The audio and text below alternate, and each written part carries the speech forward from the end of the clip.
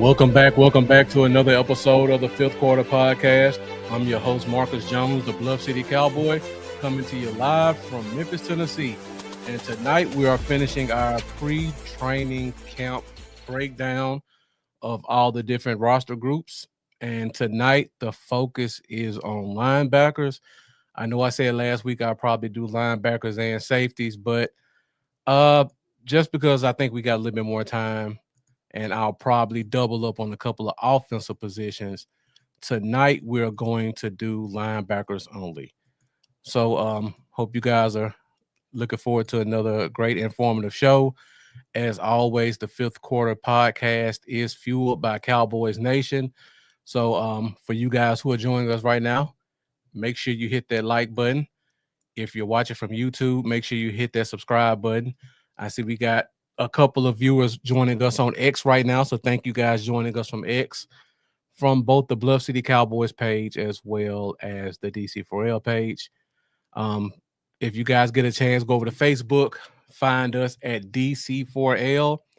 Got a lot of great information over there, a lot of great giveaways, a lot of prizes, a lot of great topics, and just the overall safe space for Dallas Cowboys fans. So for you guys joining us on X, be sure to go over to Facebook, Fifth Quarter Podcast, DC4L, and join that group.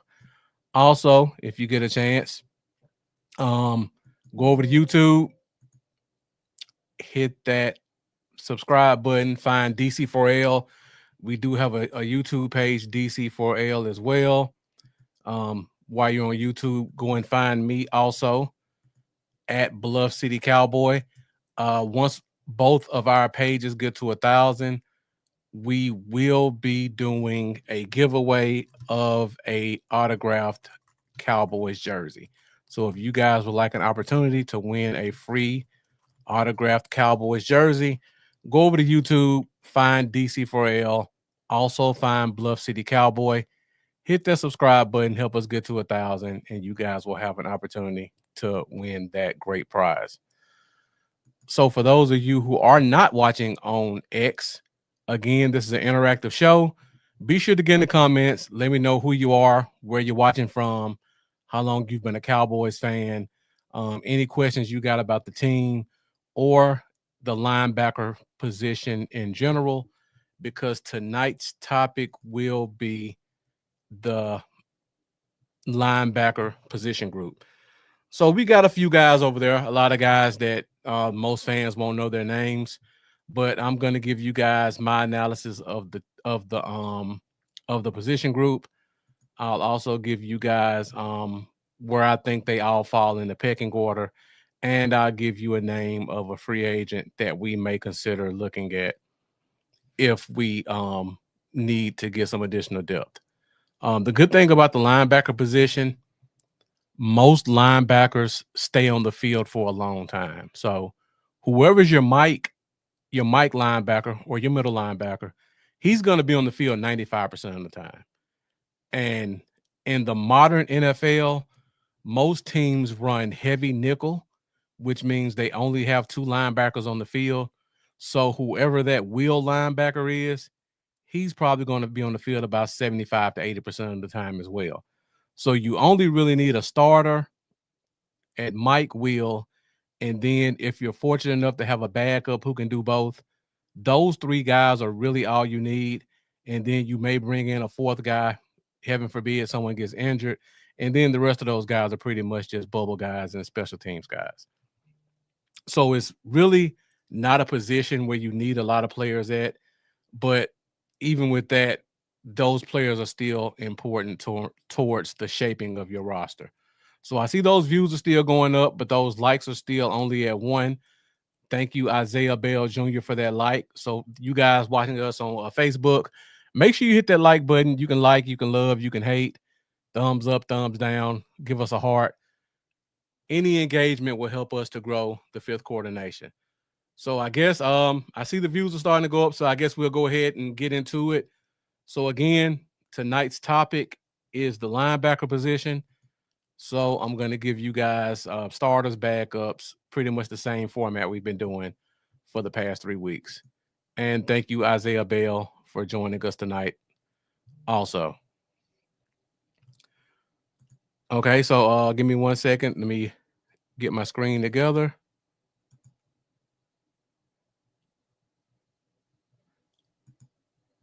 I see we got one of my close friends, Jonathan Webster, joining us, college football coach, national champion football coach. Thank you for tuning in, doing his own defensive install, getting ready for his season. So I appreciate you taking a few minutes to check out what we're talking about tonight.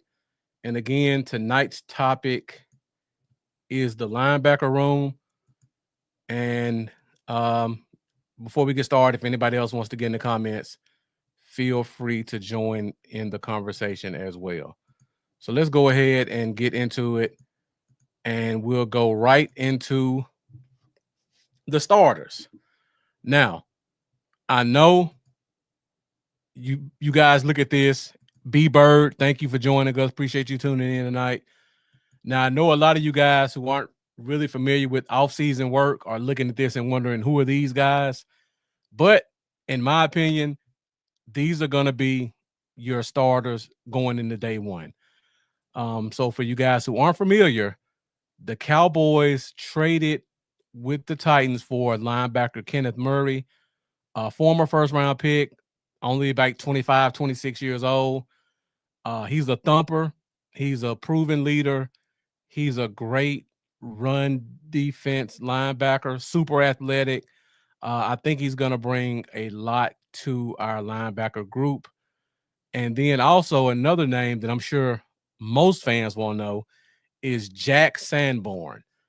Jack Sanborn is a linebacker, fifth or sixth round pick. I don't have it in front of me, but he is one of Matt Eberflus's proteges. So for you guys who don't know, Matt Eberflus got his start in NFL as a linebackers coach. So he's kind of cut his teeth in building and developing linebackers. And while he was at Chicago, Jack Sanborn was his big project. Small school kid, late round draft pick, worked his way up from the bottom of the roster. Eventually, he became a full-time starter, did very well. The team in free agency the following year signed another former first-round pick, and Sanborn got relegated to the bench, but he still gave a lot of quality snaps. He's an extremely smart player. He's a leader in the locker room. He's like another coach on the field. He's athletic enough. He's a great tackler. He's one of those guys, and I hate to put the comparisons out there, but the only way I can describe it for Cowboys fans, he's a slightly bigger Sean Lee. So he's the type of guy, while he may not have the athleticism as some of these other linebackers, in particular Leofau, Overshown, Kenneth Murray, what he does have is intellect. So he's the type of guy that some of our linebackers will use their athleticism to get to the hole. Sanborn's the type of guy where, because he does so well in film study and just being a cerebral player, he'll read the hole before the running back. So he's the type of guy that he'll already know where to go before the running back gets there, and that's how he makes his plays.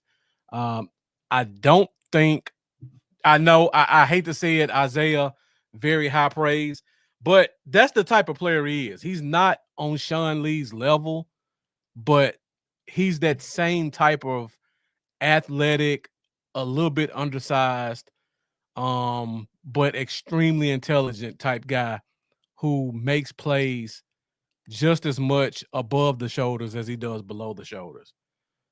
So I don't want to say he's going to be the next Sean Lee, but he's definitely going to be a smart, high floor linebacker who's going to be a major contributor this year. I know a lot of people were expecting to see Leofau right here or Overshown, but you got to remember, when you have a new coaching staff, it's all about sponsors. And what I mean by sponsors is, when you have a coaching staff come in, everybody comes in with a clean slate.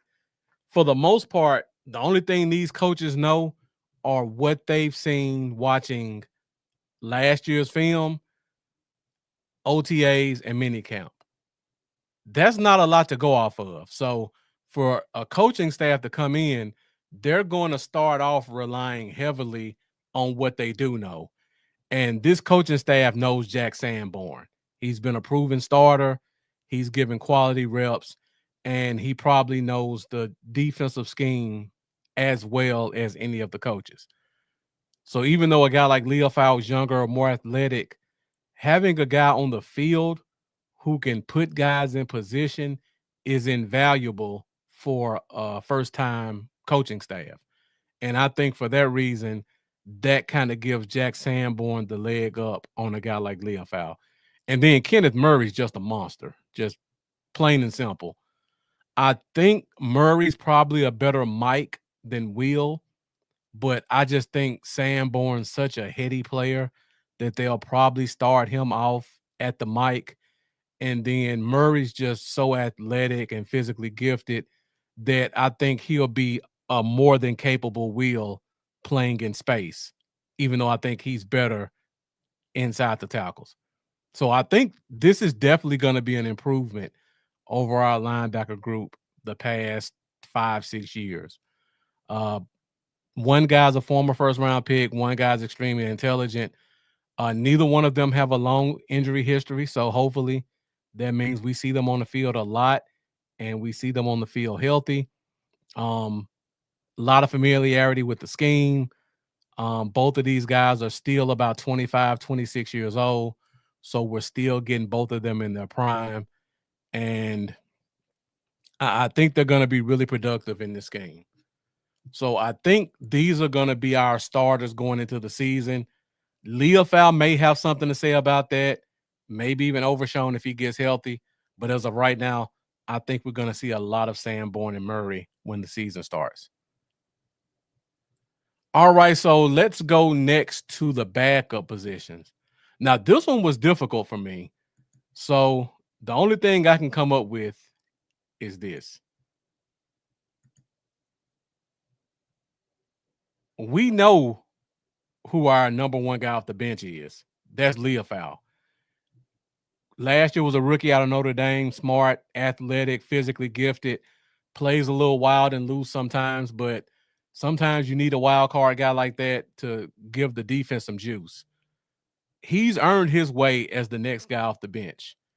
Let's see. Isaiah Bell has a question. We have been struggling at linebacker. Parson needs help. I think we talked about this last week, Isaiah, with the defensive end position. We have a lot of defensive ends who can play left or right side. And all of our defensive ends are really good against the run as well as the pass. I think that's going to open up Micah Parsons to be able to play a little bit more linebacker, especially on obvious passing downs, because now he's going to give you that fifth rusher from the middle. And you still have two capable guys on the edges who can get to the quarterback as well. So I think the defensive ends help Micah be able to play linebacker more. And I think the addition of the linebackers help Micah more because now we don't have to rely on Micah to be our best linebacker when he's already our best defensive end. So this helps Micah in two ways. I think, I know fans will hate to hear this, I think Micah will be able to reduce his snap count a little bit. And I know people say you don't want to take your best player off the field, but if you can have Micah at 90, 95% in the fourth quarter when you need him, while not giving up too much in the first three quarters because your backups are talented and capable, I think this makes this team a whole lot better because a lot of our problems defensively have been, one, we haven't been able to stop the run, and two, we haven't had guys who can get the offense off the field in clutch positions. So I think these linebackers plus the ends are going to help the team do that and also help Micah be a much fresher player later in the season, later in games. Lynn Sherry Beatty looks like a new name, so thank you for joining us. You say hopefully this will be a better season. I said this earlier in the year, and sorry I missed your comment. Thank you for joining us, Joe Ellis. Appreciate you tuning in. I said this earlier in the offseason. I think the team will look a lot better than they did last year. Unfortunately, I don't know if that's going to be reflected in the record because I don't want to take anything from the Eagles. They're the Super Bowl champions. They have a great roster. They're still on the top of the hill until proven otherwise. And then you have the Commanders with arguably the most electric young quarterback in the league right now. They have a solid team around him, good coaching staff. I think we have a chance to overtake them as second best, but it's going to be an uphill battle to do that. And then we play an extremely difficult schedule this year. We play the NFC North, which, by the way, the NFC North last year had 3 teams in the playoffs, and they have a Chicago team, which while they didn't make the playoffs, they were right there, and they've made several additions and added a better coaching staff.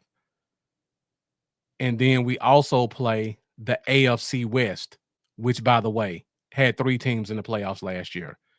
And their 4th team, the Raiders, have added a new coaching staff, and they've added probably the best running back we've seen come out of the draft in the past 5 years. So the 2 conferences we play outside of ours are arguably the 2 best conferences in the NFL. So because of those reasons, there's a chance our record may be about the same as last year, maybe a win or 2 more, but the team should look better. I'm banking on 2026 being the much improved year. But this year, it's going to be some rough roads ahead. But I think this team is going to be really competitive in games because of the talent level. All right, so back to linebacker. Sorry, I went on my tangent right there. When you look at the linebacker group, like I just said, Leo Fowle's the next guy off the bench. The next guy is a complete question mark. We have a bunch of guys who all are kind of journeyman level guys. We'll talk about that in a minute. And then we also have Overshown, which I know the fan base is excited. He's an extremely talented kid, and they're watching social media. They're listening to what he's saying. Everybody thinks he's going to be available week 1. He got hurt late in the season from an injury that if he only tore 1 ligament would take 9 or 10 months. He tore like 3 ligaments. It's unrealistic to believe that this kid is available before October, in my opinion. So I'm not really counting on Overshown to do too much. And then on top of that, most guys don't come back at 80% of what they were the first year coming off an injury. So even if we do get them to come back, there's still no guarantee we're going to get Overshown. We'll probably just get a guy who's trying to get his legs up under him. He may make 1 or 2 splash plays, but for the most part, he's going to be playing a step behind the way he used to play. So I don't know who that backup linebacker can be. It could be a guy who's now on the team right now. It could be an array of backup linebackers that we currently have. It could be Overshown. But right now, all I know is Leah Fowle is big. He's physical. He's smart. He can play Mike or Will. And he gives you that extra bit of juice and energy that you're looking for from a young defensive player. So I'm expecting to see a heavy 3-man rotation between Sanborn, Murray, and Leah Fowle because I think Sanborn's, again, probably going to be your Mike. I can see Murray playing some Mike as well, and I can also see Leah Fowle. If Sanborn needs a breather, Leah Fowle comes in at Mike. If Murray needs a breather, Leah Fowle comes in at Will, or Murray shift to Mike, Leah Fowle stay at Will. I can see a heavy combination of those three guys. And if we do decide to go base 4-3, then you probably see all three of them on the field, or you see Micah Parsons lining up as a Sam. So they have a lot of different options to go with. Even though we don't have a guy who I would consider as the next guy off the bench behind Leofau, I think that 3-man rotation is going to give us more than what we need. Okay, so we talked about the starters. We talked about the backups. Now this is where it gets tricky because you just throw everybody else kind of in the jumble right here. These are the next three guys up. All of them pretty much, in my opinion, on the same level. We'll go from left to right because I'm sure most fans only familiar with one person on this list. The first guy is Buddy Johnson. He's a young linebacker, I believe, out of Texas A&M. Hasn't seen much playing time. Has been pretty much a practice squad player so far for his career. But when I look him up and look at his draft profile, the main things that I see are, and if you guys have been watching the show for the past month, these are going to be recurring themes. You see a guy that's physical, he's fast, he plays aggressive, he's a sure tackler, he's smart, and he's an alpha. So one of the main things every time I read about him, all I saw was leadership and alpha. Whenever he's on the field, he's going to be the guy to kind of command the huddle.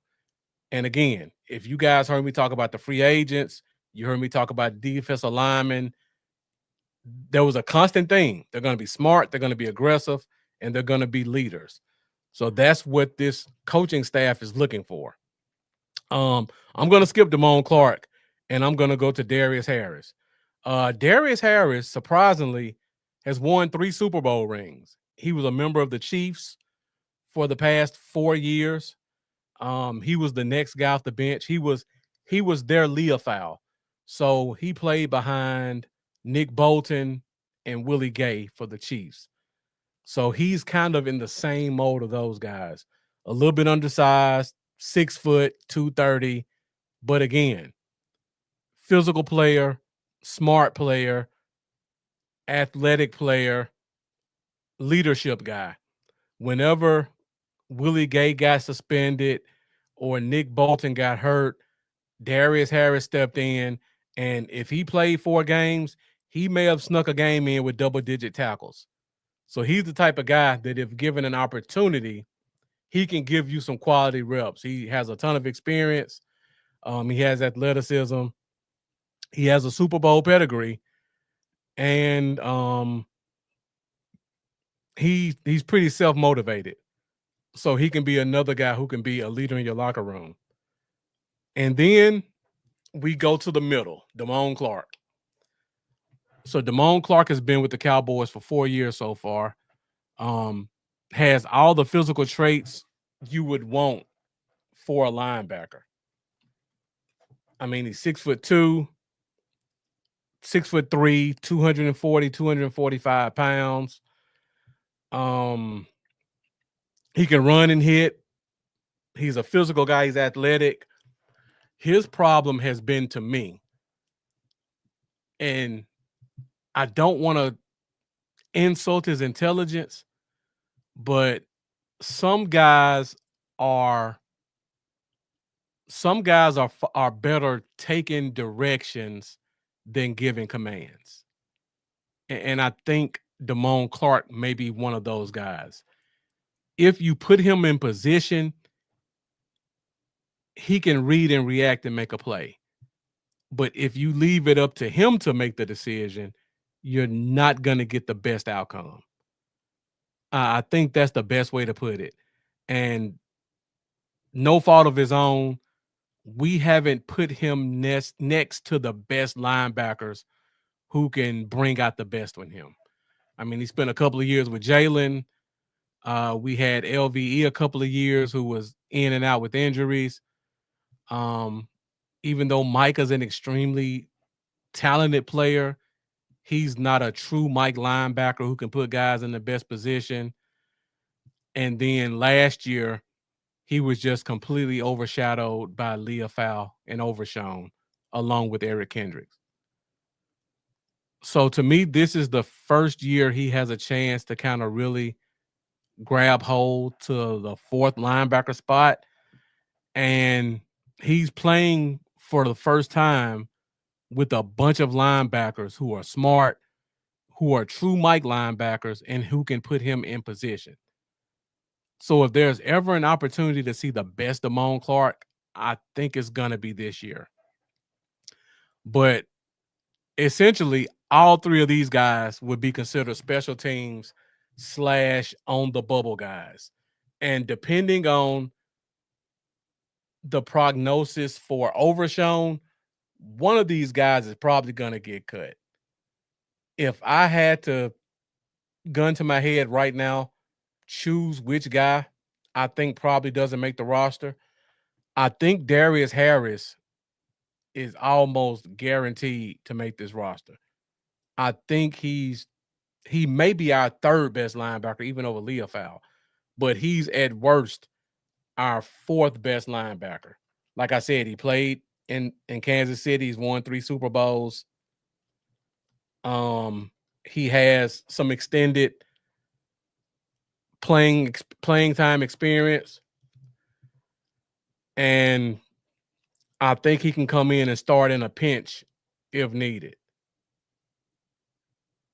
If I had to go next guy up, this is where it gets tricky at. If I had to choose, I would probably go. I would probably go Buddy Johnson because, again, he's younger. He's probably more athletic.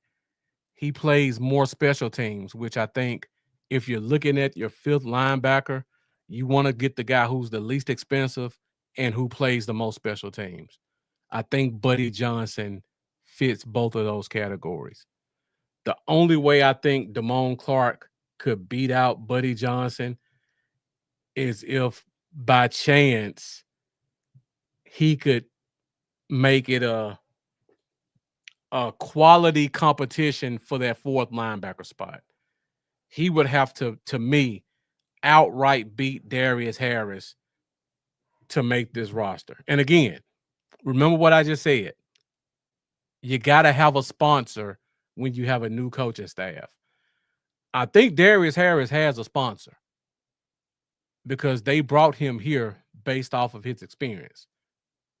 Buddy Johnson, if I'm not mistaken, he was on the Bears practice squad in 2023.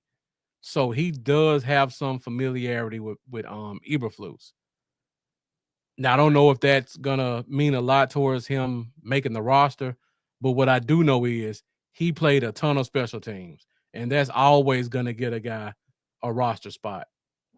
I think Buddy Johnson is more of a pure special teamer, and I think I think Damone Clark was a guy who was forced to play on special teams because he was the odd man out. So there's a huge difference. Even if I look at special team snaps over the season last year, Buddy Johnson played at least 75% of the special team snap in every game he played in. He didn't play any defense, but he played at least 70% of the special team snaps in every game that he played in. In comparison, Damone Clark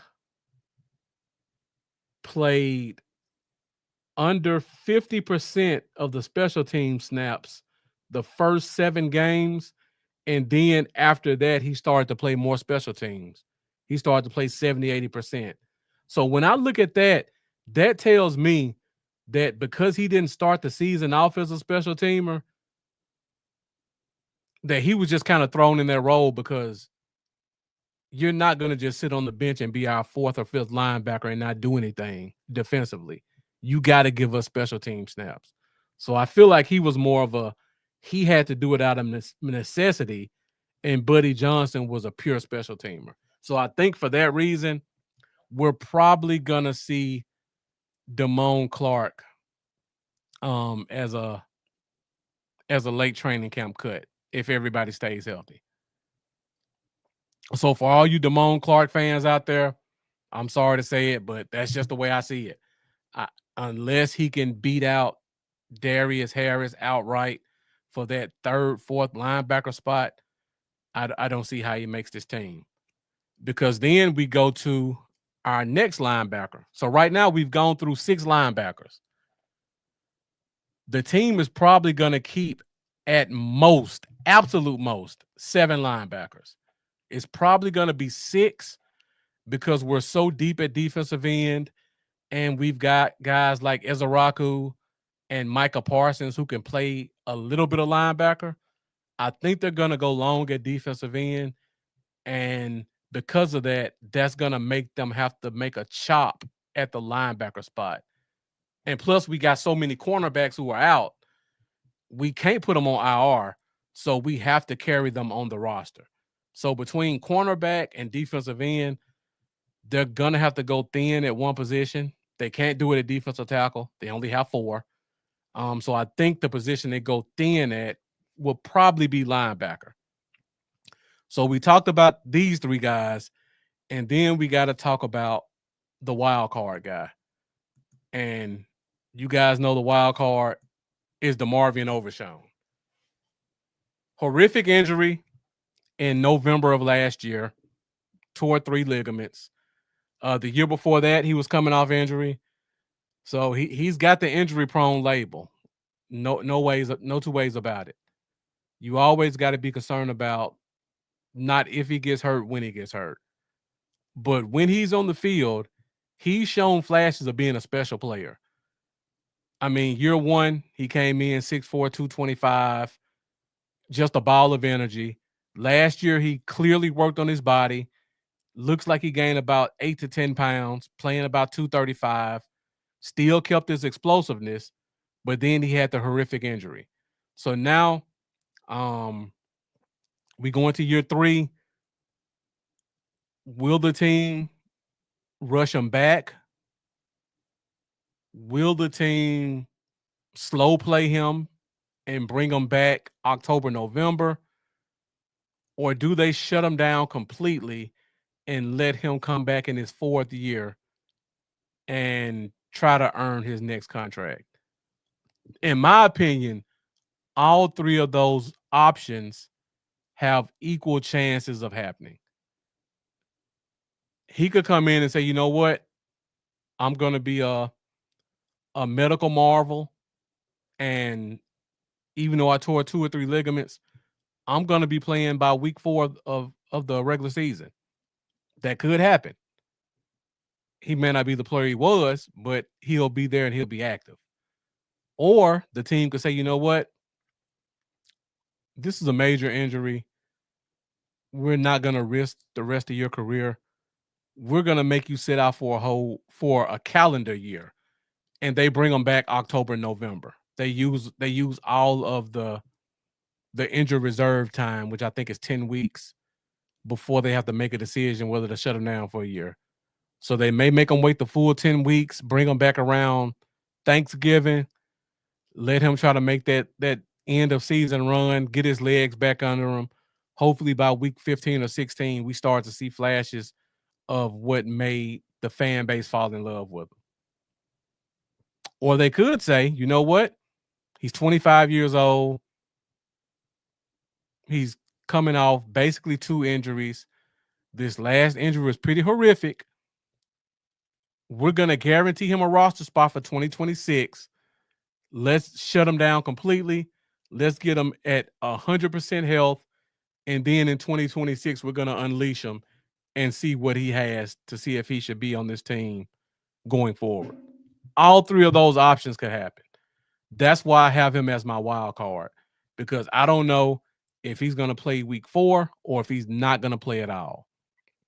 And even if he does play, I don't know where he'll fall in the pecking order, because we have to remember, we can't look at past success to determine future results, especially for a guy coming off an injury. We've seen this 1,000 times before. Trayvon Diggs, DeMarcus Lawrence, Zeke Elliott, Dak. Guys coming off major injuries. Trayvon Diggs last year. Guys coming off major injuries, they don't necessarily come back and become the player they were before. So he may come back and be your fifth, sixth linebacker. He may only be a special teams guy. He may come back and they try to rotate him in with the starters and the key backups. We just don't know. We don't know what he'll be. We don't know how they'll use him. So for that reason, I have him as my wild card guy. Just don't know what to expect. Okay, guys. So I've been talking for the past 20 minutes. Haven't seen any questions. Haven't seen any comments. I see we got quite a few people watching. So probably going to have another quick show here. So if you guys have any questions or comments, feel free to put them in the chat. As you know, the show is fueled by the Fifth Quarter Nation. So I always appreciate hearing you guys' input on any topics I'm talking about or any Cowboys topics that may develop.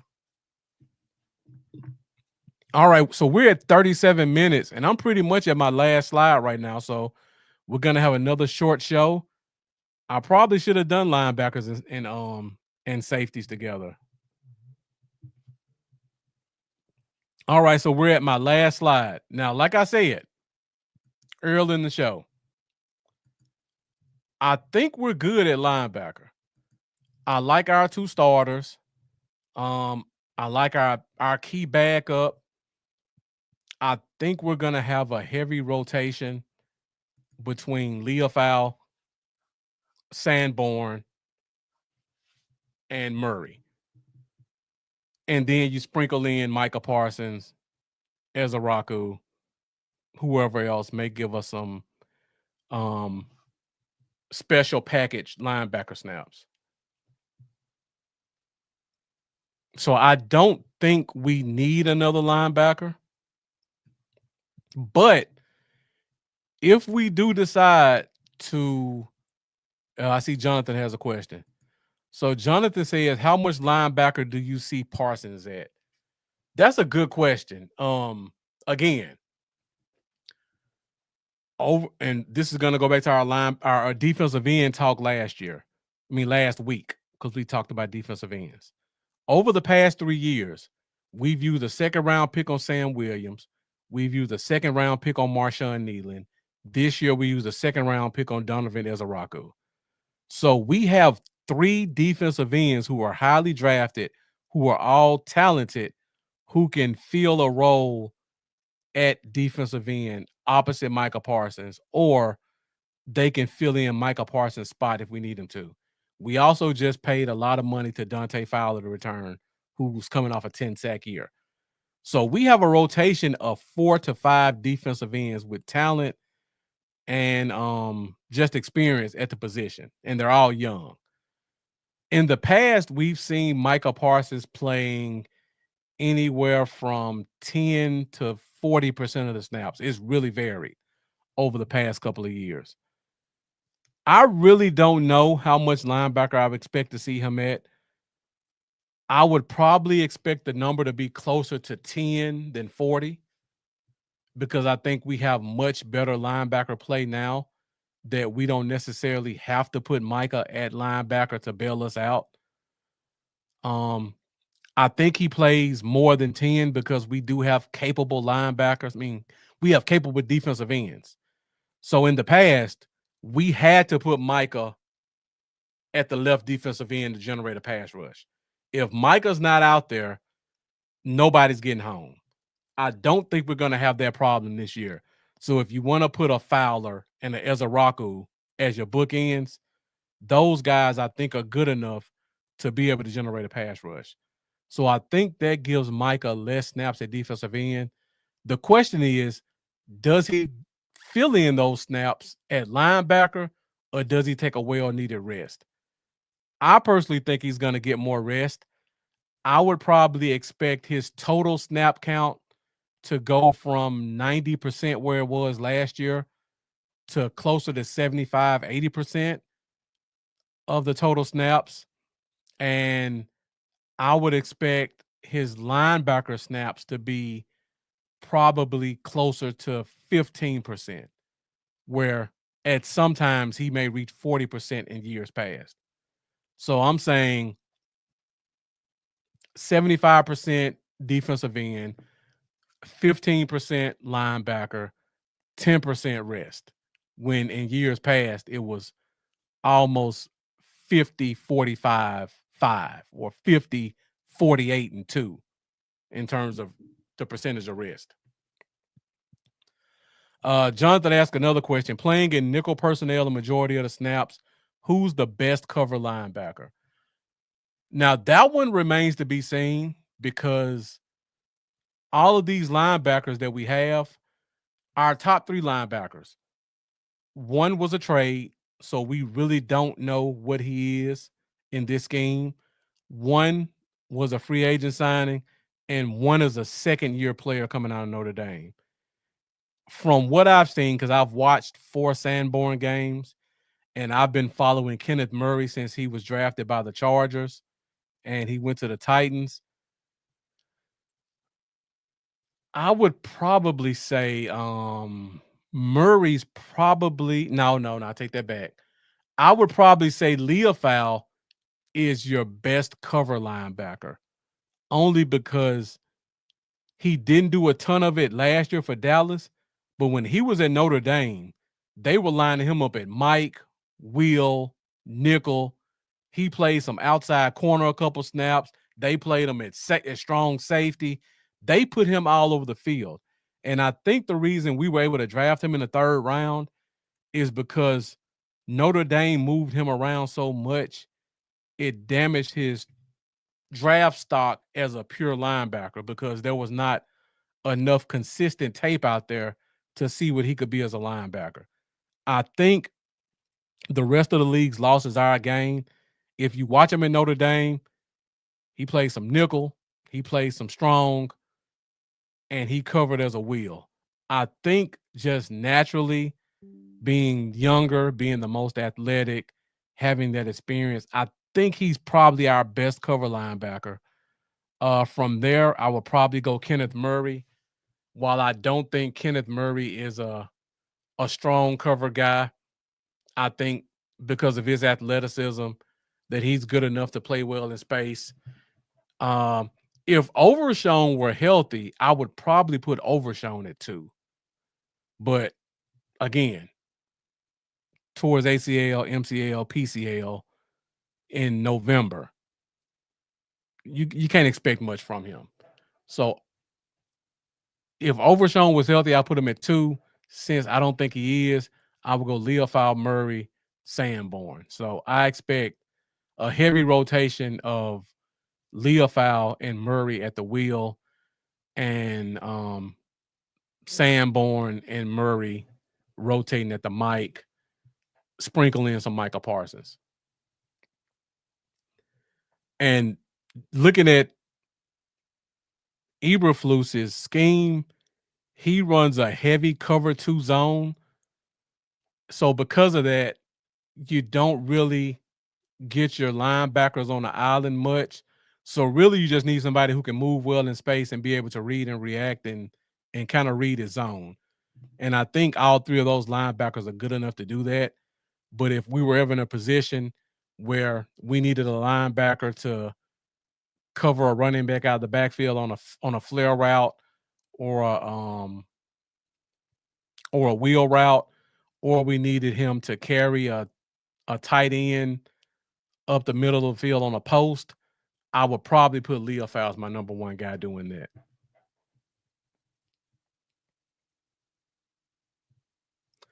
All right, so we're at 45 minutes. I have one more slide to go through.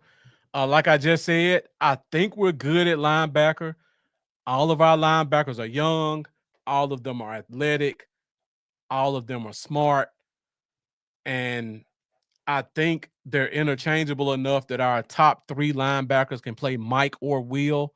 So we're not at a point where, like in years past, we were pigeonholed to where LVE can't play Mike because he's not good in the pocket. So we can't put him in Mike. So we gotta almost plug somebody in at Mike who may not fit at Mike. Or Jalen Smith's not good in space. So we can't play Jalen Smith at will. So now we have to plug some guy in who doesn't fit as a wheel because the guy who's the starter can't do it. I don't think we have that problem anymore. All three of our guys can play Mike or Will. So I think for that reason, we're good at linebacker. But if by some chance, heaven forbid, one of them gets injured, or the three guys I showed you before, none of them really step up to be a quality fourth linebacker between Buddy Johnson, Damone Clark, Darius Harris, I think there's only one guy who would be an option for the team to bring in right now. And I think that guy is a guy whose name everybody knows, and that's Darius Shaq Leonard. So if you guys remember, Darius Shaq Leonard, former second-round pick for the Colts. Matt Eberflus drafted him with the Colts, by the way. Had 4 very successful years there. For 2 of his 4 years, he was arguably the best linebacker in the NFL. He was averaging 130 tackles. He was averaging 7 sacks. He was getting several forced fumbles and interceptions. And then he had a horrific knee injury in 2022. And he pretty much couldn't come back from that. He came back and played decent in 2023. He played half the year with the Colts. Then he pretty much forced his way out of the Colts. And if you guys remember, there was a big war for who would sign Darius Leonard. And it basically came down to the Cowboys and the Eagles. And for you guys who've been following the show for a while, I told everybody he was going to choose the Eagles over the Cowboys because of several different reasons. One in particular, the Eagles linebackers were trash at the time. And we had LVE, and I can't remember who our second linebacker was, but he was a decent linebacker. He had less competition there with the Eagles. So I said he would sign with the Eagles, and he did. Play some decent reps there. I think he ended up with 80 tackles that year, which was pretty good considering he was coming off a major injury. 2024, he had another injury. I don't think he really played anywhere. And now it's 2025. He's 3 years removed from that injury. A year removed from his injury last year. I think he's going to be looking for another opportunity. He's going to be extremely cheap. He's another linebacker that fits that mold of Matt Eberflus. He plays well inside the tackle box. He's a proven leader. He's an alpha on the field. He clearly knows the scheme because he was drafted by Eberflus, and he played 4 successful years as a Colt. So he probably knows the scheme as well as anybody, including Jack Sanborn, who I talked about earlier in the show. He's going to be extremely cheap, and you can probably fit him in. I could have fit him in that wild card spot next to DeMarvin Overshown because he could be your 6th linebacker. He could be your backup. If he comes back healthy, he could compete as a starter, to be honest. He was that talented when he was healthy. So even Shaq Leonard at 80% is probably good enough to make you kind of second guess should Murray or Sanborn get the majority of these starter reps. But the injuries are a major question mark. But if something happens and we need a linebacker in a pinch, I think this is going to be the first phone call they make. And even as just like a favor to Matt Eberflus, or let's say we go into training camp and Sanborn is not the voice that they expected to get in the linebacker room because, quite frankly, people don't respect him as a leader because he's not one of those Ray Lewis type guys where he's been extremely successful and everybody can kind of look at him making Pro Bowls and being the best linebacker and saying, I'm going to listen to what he says. Let's say that happens in training camp. You can easily bring in Shaq Leonard and he's going to command respect because he's done it in this league for several years at a very high level and he knows the scheme. So he'll be able to come in and talk to the younger guys and command the respect of some of the veterans. So if we do need a linebacker, I think Shaq Leonard is the only option that I can see us as a potential free agent signing. But overall, I think we have a very solid linebacker group. I'm looking forward to seeing training camp in the preseason to see what we have. I think a guy like a Darius Harris, because he has so much experience, if he ends up having to play with the second or the third unit in a preseason game, I think he's probably gonna gain a lot of fans because he's gonna be all over the field. He'll probably be the most experienced and most talented player on the field most of the time. And I think he's gonna give a lot of flashes in training camp and in the preseason. So Darius Harris is the guy I'm really watching for training camp, along with Leofow, because linebacker is one of those few positions, along with like running back and cornerback, where you see a guy make a major leap in year two, because those positions are just as much, if more, about athleticism as they are about experience. Most guys don't come in with the NFL body in terms of NFL strength and conditioning and things like that. Yep, that's right. Darius Harris came from Horn Lake. That's the same guy. 3-time Super Bowl champ for the Chiefs. So he has the experience, has the athleticism, play behind Nick Bolton, play behind Willie Gay. Yep. So you got a guy with a lot of experience, a lot of talent, a lot of athleticism. I'm really looking forward to seeing Leofow and Harris perform in training camp. I know what Kenneth Murray is. I know what I'm going to expect. Sanborn, I just think he's such a coach's pet. He's going to look well just because of everything above the neck. I just think he's such a smart player.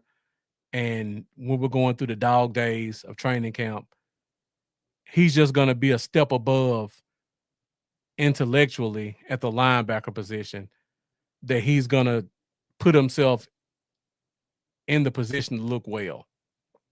And then Damone Clark, like I said, it all depends on who's playing next to him, how he looks. And Buddy Johnson, I think, is your special teams guy. And don't expect to see Overshown in training camp unless he's riding the bike or stretching with the bands. So that's pretty much all I have for the linebacker group. Again, very excited to see these guys. Going to be a lot of storylines coming out. Looking forward to see if Leofow can up in one of these two veterans. Pay attention to that competition at the bottom of the roster. See if they install some wrinkles for Micah or Ezaraku with the linebacker group. So I'm definitely looking forward to that. We're at 55 minutes. That's pretty much all I have for today's show. Thank you guys for joining. That X viewership has always been high. So again, guys, joining us from X, if you get a chance, please one day come over to YouTube, hit that subscribe button, get in the comments. You guys have been increasing in viewership every year, every week. And I would love to hear some of you guys' thoughts on some of these topics. I'm assuming you enjoy it because the views keep staying consistent or they keep increasing. but I would really love to hear what you guys think about what we're talking about. So, all of our ex viewers, one day, join us on YouTube, Bluff City Cowboys. Hit that subscribe button and get in the comments. So, next week, we're going to do safeties.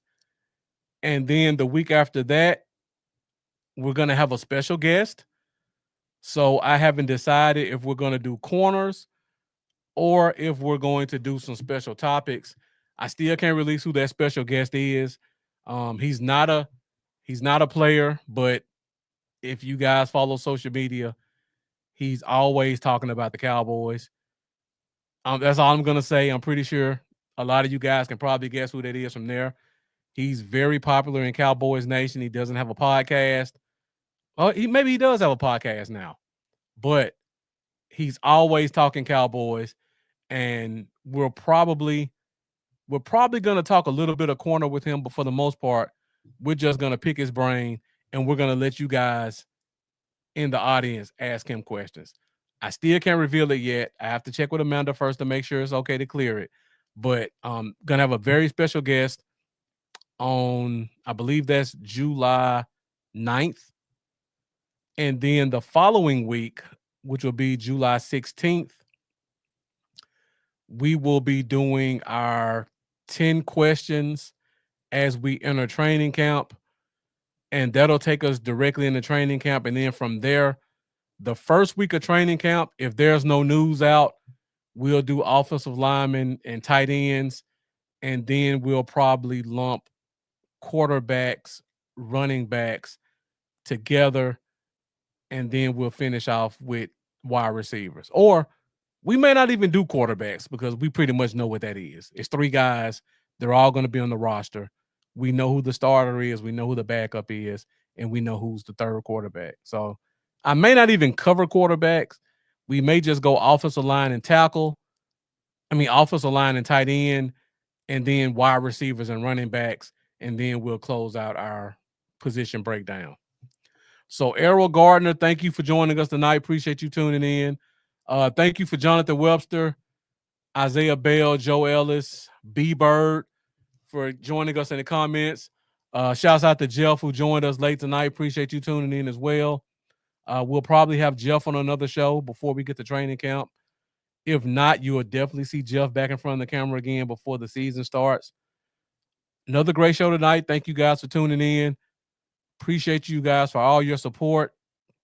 And if you guys like what you saw tonight, be sure to join us every Wednesday night, 8:30 Central Standard Time, for another episode of the Fifth Quarter Podcast. You can find us on Facebook, YouTube, and on X every Wednesday night, 8:30 Central Standard Time. Got a couple of guests coming through again.